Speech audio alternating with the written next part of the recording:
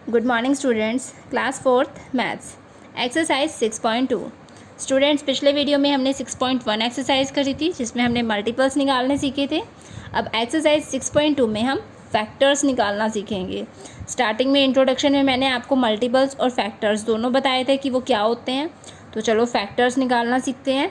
देखो, फैक्टर्स हम दो तरीके से निकाल सकते हैं, by multiplying and by dividing. तो दोनों मेथड मैं आपको सिखाऊंगी। आपको इस एक्सरसाइज में दोनों मेथड यूज़ करने हैं। देखो, आपको एग्जांपल में दिया गया है फाइंडिंग फैक्टर्स। दो आपके मेथड हैं बाय मल्टीप्लाइंग। पहले मल्टीप्लाइंग वाला मेथड देखते हैं। आपको एक नंबर दिया गया है 12, आपको उसके फैक्टर्स निकालने हैं। तो मल्टीप्लाई करते हुए आप कैसे फैक्टर्स निकालोगे?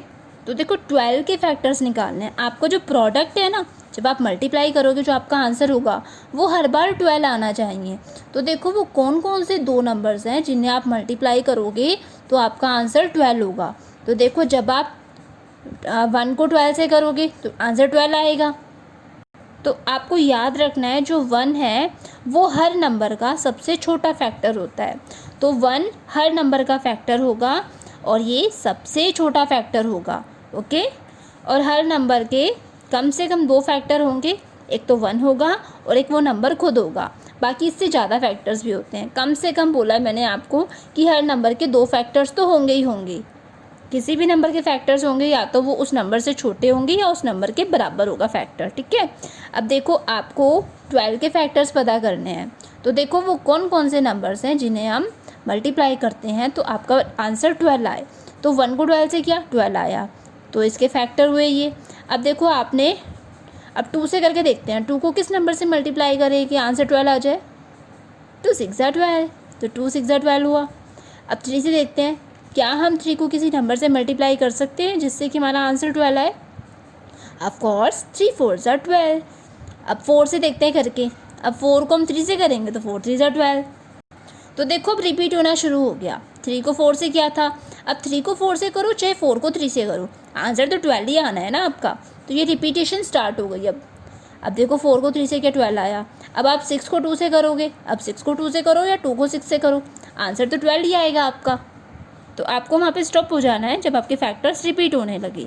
तो इस तरीके से आपके 12 के फैक्टर्स हुए। देखो, 1 2 3 4 6 एंड 12। तो ये सभी नंबर्स जिन्हें हमने मल्टीप्लाई किया और प्रोडक्ट 12 पाया, वो सभी नंबर्स आपके फैक्टर्स हैं। क्लियर है बेटा? समझ में आया अच्छे से मल्टीप्लाई वाला मेथड? दूसरा मेथड है डिवाइडिंग मेथड। इसमें क्या करते हैं, आपको 12 को डिवाइड करना है किसी नंबर से कि वो कम्प्लीटली डिवाइड हो जाए, आपका रिमाइंडर ना छूटे। तो वो जो नंबर्स होंगे वो सभी आपके 12 के फैक्टर्स होंगे। जैसे कि देखो, आप 12 को 1 से करते हो डिवाइड, तो आपका आंसर 12 हुआ, तो 1 फैक्टर हुआ। अब 12 को 2 से डिवाइड करके देखते हैं, क्या 12 2 से डिवाइड हो सकता है कम्प्लीटली? ऑफ कोर्स हो सकता है। 2 6 12, तो 2 और 6 ये दोनों भी इसके फैक्टर हुए। अब 12 को 3 से करके देखते हैं, क्या 12 3 से डिवाइड हो सकता है कम्प्लीटली? 3 बताओ, 3 4 12, तो 3 और 4 ये भी 12 के फैक्टर्स हुए। अब 12 को हम देखते हैं 4 से करके। तो देखो, हमने 3 से किया था 12 को, तो 3 4 12 हुआ। अब 4 से करोगे तो 4 3 भी 12 होगा। तो यहाँ पे आपकी फैक्टर्स रिपीट होने लग गए, तो आप स्टॉप हो जाओ। तो आपके फैक्टर्स हुए 1 2 3 4 6 एंड 12। समझ में आया बच्चे आप सभी को? बहुत इजी मेथड है दोनों। हम एक्सरसाइज में करेंगे तो आपको ये अच्छे से एक्सप्लेन हो जाएंगे। अब देखो, आपको इसमें एक ऐसा क्वेश्चन ही पूछा जाएगा। देखो, जैसे एक नीचे दिया गया है, इज़ 8 अ फैक्टर ऑफ 56? क्या 8 56 का फैक्टर है? तो आपको ऐसी कंडीशन में क्या करना है, अगर आपसे पूछा जाता है कि क्या ये नंबर उस नंबर का फैक्टर है, तो आप बड़े नंबर को छोटे नंबर से डिवाइड कर दो। अगर वो कम्प्लीटली डिवाइड हो रहा है, रिमाइंडर 0 आ रहा है, इट मीन्स वो फैक्टर है। और डिवाइड नहीं हो रहा है, रिमाइंडर में कुछ नंबर छूट रहा है, आपका 0 रिमाइंडर नहीं आ रहा है, इट मीन्स वो फैक्टर नहीं है। जैसे आपसे पूछा है क्या 8 56 का फैक्टर है, तो 56 को 8 से डिवाइड करो, 8 7 56, तो आपका रिमाइंडर आया 0। तो यहाँ पे देखो, 56 इज़ एग्जैक्टली डिविजिबल बाय 8। जो 56 है वो 8 से डिवाइड हो गया, इट मीन्स 8 56 का फैक्टर है। चलो अब अपनी एक्सरसाइज स्टार्ट करते हैं। देखो इसे आपको अपनी नोटबुक में करना है, A and B part. First A part देखते हैं हम। Find factors of the following using multiplication. आपको कुछ नंबर्स दिए गए हैं जिनके आपको फैक्टर्स पता करने हैं मल्टीप्लिकेशन की हेल्प से। 2 मेथड किए थे ना, फर्स्ट में हम मल्टीप्लिकेशन मेथड यूज़ करना है। तो चलो करते हैं ऐसे। देखो ऐसे आप नोटबुक में करोगे इसे। फर्स्ट नंबर है आपका 14। तो चलो अब मल्टीप्लाई करते जाओ। तो पहले 1 से 14 को मल्टीप्लाई किया तो 14 प्रोडक्ट आया। अब 2 को करके देखते हैं, 2 को हम किस नंबर से मल्टीप्लाई करें कि आंसर 14 आ जाए। 2 7 ज़ा 14। अब 3 को देखते हैं, क्या हम 3 को किसी नंबर से मल्टीप्लाई करेंगे तो आंसर 14 आएगा। नो, 4 से भी नहीं हो सकता, क्योंकि 5 से भी नहीं हो सकता, क्योंकि 14 इनका मल्टीपल नहीं है।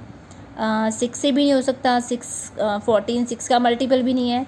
7 से हो सकता है, 7 2 ज़ा 14। तो देखो यहाँ पे अब जो आपके फैक्टर्स हैं वो रिपीट होने स्टार्ट हो गए। देखो 2 7 ज़ा 7 2 ज़ा रिपीटेशन हो रहा है ना, तो स्टॉप हो जाओ। तो देखो उस 14 के फैक्टर्स क्या क्या हुए। 1 से हो गया था ये, 2 7 एंड खुद 14। तो ये सभी आपके 14 के फैक्टर्स हुए। चलो मैं आपको एक और करके दिखाती हूँ। नेक्स्ट देखो सेकंड 12 के फैक्टर्स पता करने हैं आपको यूजिंग मल्टीप्लिकेशन। तो देखो पहले 1 से करते हैं। 1 को 12 से मल्टीप्लाई किया, 12 आया। अब 2 को देखते हैं, 12 2 का मल्टीपल है तो उसे हम कर सकते हैं। 2 6 ज़ा 12। 3 से करते हैं, 3 4 ज़ा 12। अब 4 से करते हैं, 4 3 ज़ा 12। तो देखो अब आपका रिपीटेशन स्टार्ट हो गया, फैक्टर्स रिपीट होने लग गए। 3 4 ज़ा 4 3 ज़ा।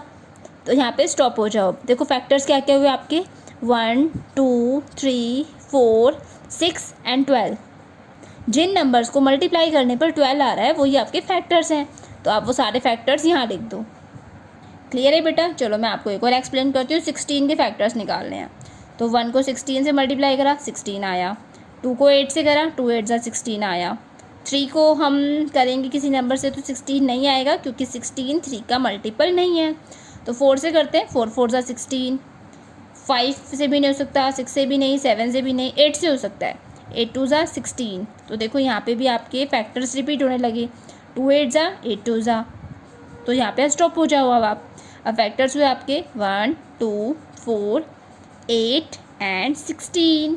तो ये सभी आपके 16 के फैक्टर्स हुए। जैसा कि मैंने बताया था आपको, 1 और वो नंबर खुद जिसके आप फैक्टर्स निकाल रहे हो, ये दो तो हर नंबर के फैक्टर्स होंगे, और हर नंबर के कम से कम 2 फैक्टर्स होंगे ही होंगे। इसके अलावा ज़्यादा भी हो सकते हैं। ओके, समझ में आया आपको फर्स्ट मेथड। चलो अब नेक्स्ट करते हैं बी पार्ट।